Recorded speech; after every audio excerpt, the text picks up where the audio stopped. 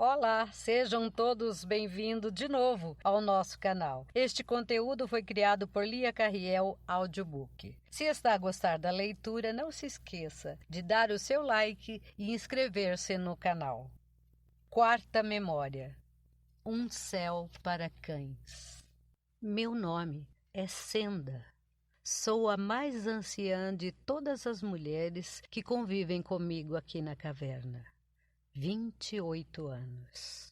Todos os adultos são unânimes em afirmar que a nossa geração é a mais longeva que as precedentes e não sabem de ninguém que tenha alcançado a idade igual à minha. Meu ofício é muito humilde: cortar lenha no bosque, carregá-las às costas para alimentar o fogo e esperar a morte. Fui mãe e nunca pari. Amei e fui amada intensamente, mas não conheci o amor do homem. Os seres que eu quis e que me quiseram, que eu quero, são de outra espécie.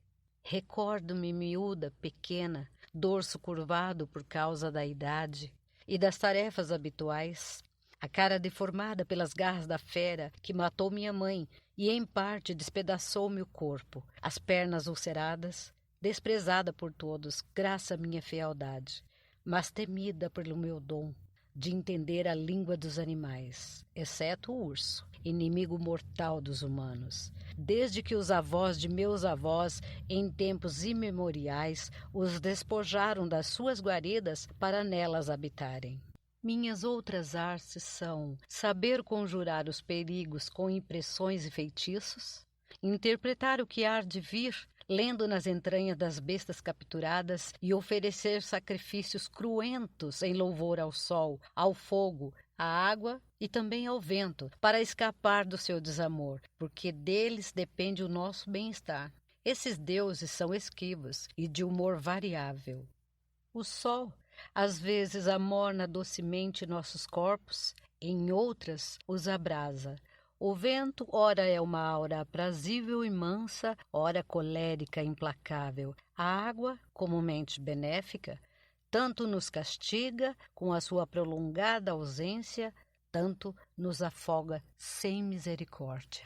Quando vou ao bosque, as pessoas se queixam da minha demora em regressar, não por desejarem a minha presença, de que todos fogem, mas a lenha. É que desde menina gosto de sentar-me à sombra e dialogar com os pássaros, aos que dou de comer nas mãos e que pousam em minha cabeça e ombros para contar-me suas tristezas ou escutar as minhas.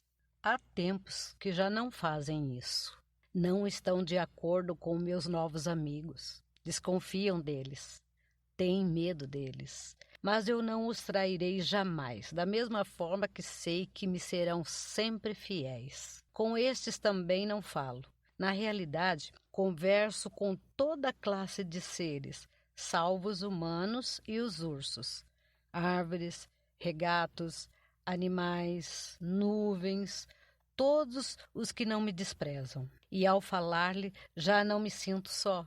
A meus novos amigos e a mim nos é grato considerar juntos a missão tão singular que nos confiaram os deuses. Porque eu, Senda, a insignificante, o lixo, a velha bruxa, diante de quem as crianças baixam os olhos para não ver um rosto que as assusta, tenho sido como a ponte de cordas que estabeleceram meus antecessores sobre o rio. A união de duas margens que pareciam inalcançáveis, a signatária de um pacto de amizade entre o ser humano e o primeiro bruto que a requereu. Li nas vísceras de um cavalo que meu irmão caçou que esse pacto se irá estender através do tempo insondável a outros irracionais que antes foram nossos inimigos de morte, sempre que acatem nossa supremacia e nos reconheçam os soberanos das estirpes viventes. Se meu pai, o único homem que me olhou com amor, soubesse disso, dançaria em seu túmulo ao som das flautas que com tanta mestria fabricava. Nunca poderei esquecer o dia em que estávamos de manhãzinha à entrada da gruta, ajudando os homens a preparar os seus equipamentos de caça, quando observamos, cheios de temor, 7 animais de uma espécie desconhecida que rondavam as proximidades da caverna. Eram menores que o leão. Em corpulência e tamanho, se aproximavam de um leopardo, embora carecessem da flexibilidade destes, e os olhos, focinhos e pele diferiam notavelmente. Os animais aos que mais se assemelhavam eram aos lobos, ou talvez às hienas. Distinguiam-se dos primeiros por não terem o emaranhado pelame, nem o olhar turvo. Das segundas, por faltar-lhe a córcova e não terem seu andar sinistro e silencioso. Eram como parentes distantes de ambos, mas de linhagem superior. Nem se espantaram ao ver-nos, nem tentaram atacar os caçadores quando eles, olhares receiosos postos neles, encetaram a caminhada. Sentados ou deitados a prudente distância, as férias nem ameaçavam, nem fugiam. Limitavam-se a contemplar com atenção o trafegar de uns e outros e estender as orelhas ao ouvir as nossas vozes. Ao cabo de algum tempo, aborrecidos, farejando constantemente o chão como para encontrar seus próprios rastros, distanciaram-se. Ao entardecer, os homens regressaram ao lar. As bestas já não estavam. Porém, mal os caçadores depositaram o veado morto na entrada da caverna, viram chegar em disparada os visitantes da manhã. Avançavam rapidissimamente. Sua maneira de correr não se parecia em nada à dos felinos, equinos, antílopes ou cervídeos. Deslocavam-se em linha reta sem galopar. Saltar ou atropelar-se em movimento enlouquecido das patas, bastante mais curta que as dos citados. Como aquilo parecesse um ataque em regra, os homens esticaram seus arcos e prepararam suas flechas. Mas as feras, como se conhecessem o alcance dos dardos, frearam em seco sua carreira no próprio limite, a precisa distância onde não chegariam os projéteis. E ali permaneceram, bocas escancaradas, língua de fora, orelhas eretas, batendo os rabos, dispostas a contemplar a descarga do veado. Durante horas estiveram a nos espiar, curiosas, interessadas em ver-nos esfolar, retalhar e defumar, e depois comer. Quando entenderam que ninguém as atacava, foram se aproximando cautelosamente e se detiveram tão perto que até se podia apreciar-lhes os pelos dos focinhos e o estalar dos beiços quando o aroma das viandas postas no fogo chegavam até elas. De vez em quando, se alguma coisa as surpreendia ou assustava, embora na verdade não parecessem muito inclinadas ao medo, emitiam umas vozes secas, como tosses repetidas, radicalmente diversas do bramido, do uivo do barido, do relincho ou do rugido de outros animais conhecidos. Indivíduos surpreendentes. De onde teriam saído? Pois ninguém antes de agora vira nenhum semelhante. De que terras longínquas teriam emigrado? Que instinto era o seu para que buscassem a proximidade do homem, de quem fugiam todas as criaturas? Fartos de nos contemplar mutuamente, retiramos-nos para dormir, não sem antes de avivar a fogueira para fechar-lhe a passagem para a gruta. Na manhã seguinte, demos-nos conta que haviam devorado os despojos da caça e as sobras que desprezamos. E assim um dia e outro e todos os dias sucessivos. Que desejariam de nós? Só os restos do veado ou alguma coisa mais? Começou a difundir-se a crença de que eram os espíritos dos mortos, que só anelavam a proximidade daqueles que eles amavam. Eis porque não nos atacavam, mas foram conjurados e exorcizados, mas suas atitudes não mudou. Cansados da incômoda presença, os homens, ignorantes das suas intenções, desses carnívoros, decidiram organizar uma batida para acabar com eles. Nunca ri tanto como naquele dia, nem mesmo quando um corvo inchado de vaidade contou-me que fora galado por um cisne. Naqueles dias, Nem eu me atrevi a cercar-me do bosque. Nem os carregadores que trabalhavam no levantamento do novo menir se atreveram a prosseguir em seu mister. Nem as ceramistas, que comumente trabalhavam junto ao rio, onde se encontra o melhor barro para realizar seus trabalhos, nem sequer os magos que ofereciam sacrifícios junto ao antigo menir, ousaram chegar até lá. Em consequência, como digo, os homens se prepararam para matá-los a todos. Borraram-se a cara e o peito. Os bruxos e os chefes cobriram a cabeça com seus troféus de caça. Uns com a cabeça do mocho gigante, este com a de um cervo, aquele com a de um veado, e os outros com a de um potro que estrangulara com a própria mão, cuja carne nos saciou a mim e a meus irmãos menores.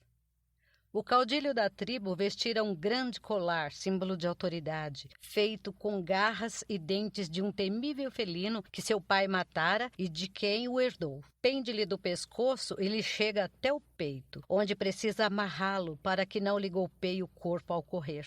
Boa peça que levaram. Os bichos eram ligeiros como os diabos, corriam mais que o vento, escorregavam como peixes. Jamais se puseram ao alcance das flechas, em nenhum momento se deixaram acuar. Tão logo se dispersavam em todas as direções, tão logo voltavam a agrupar-se. Se algum flecheiro se encontrasse longe deles demais, aproximavam-se, traçavam círculos vertiginosos ao redor e o instigavam, com vozes secas, e continuavam o jogo. Todavia, sem nunca se porem ao alcance de suas armas. Pobres caçadores, como cegos que dão paulada sem saber para onde disparavam suas flechas. Não acertaram uma só vez. Se lhes acabavam os projéteis, as bestas entendiam que o sujeito em questão já não era perigoso. E se aproximavam tanto que era divertido ver o homem a correr, fugindo dos mesmos que eles perseguiam antes. Nunca se viu caçada tão desigual. As feras eram inatingíveis, inalcançáveis e vulneráveis, e pareciam jogar sem causar dano algum a quem os acossava para dar-lhes morte. Melancólicos, enfadados, burlados pelos animais, escarnecidos pelas mulheres que presenciaram tudo, os homens já de regresso comprovam furiosos que as singulares criaturas continuavam no mesmo lugar de sempre, ou talvez mais perto, brincalhonas, curiosas, satisfeitas, entretendo-se em partir em 2 ou em 1000 pedaços as varas das flechas com as quais inutilmente pretenderam abatê-las. Como era impossível abandonar indefinidamente as tarefas cotidianas, concordou-se com uma solução drástica: que eu interviesse diretamente, embora pudesse custar-me a vida. Não sabia eu, porventura, falar o idioma dos pássaros? Não entendia o das doninhas? Estes outros animais, que estavam sem dúvida em comunicação com os espíritos, porque se aproximavam e se afastavam dos homens conforme estivessem, desarmados, ou levassem arco e triáculo, ou um pau na mão, com certeza conheceriam também alguma dessas línguas que eu falava, ou talvez a dos próprios homens. Por conseguinte, devia aproximar-me deles, falar-lhes, sondar-lhes as intenções e, se possível, dadas minhas condições de feiticeira, induzi-los a que se fossem. Pedi que, à vista dos carnívoros, me enchessem um saco com assados, ossos e outros despojos de reses.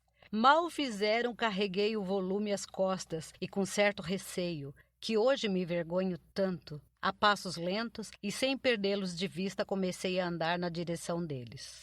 O silêncio era expectante. Sentia às minhas costas os olhares da tribo e à minha frente o das feras. O ar parou, como para contemplar o feito. A natureza toda estava tensa. Uma nuvenzinha nublou fugazmente o sol e foi como um piscar de assombro na intensa luz que nos deslumbrava. Homens e mulheres postados à entrada da caverna puderam observar quando me sentava em uma grande pedra e depositava o saco a meus pés. Imediatamente, os estranhos canídeos caso que fossem realmente primo dos lobos e dos coiotes, se aproximaram e se deitaram ao meu redor para escutar o meu discurso. Estou aqui para saudá-los, disse-lhes, e para trazer-lhes umas guloseimas como presente. Venho em som de paz. Sou amiga de vocês. Chamo-me Senda. Quem são vocês? De onde vêm? Que buscam em nossa vizinhança? Ah, bem vejo que o olham mais o saco do que a esta pobre velha. Começamos, pois, pelos regalos, e mais tarde falaremos. Estavam, como eu digo, deitados, as patas traseiras dobradas sobre o ventre, as dianteiras estendidas para a frente, as cabeças não recostadas, mas erguidas, olhando para a frente.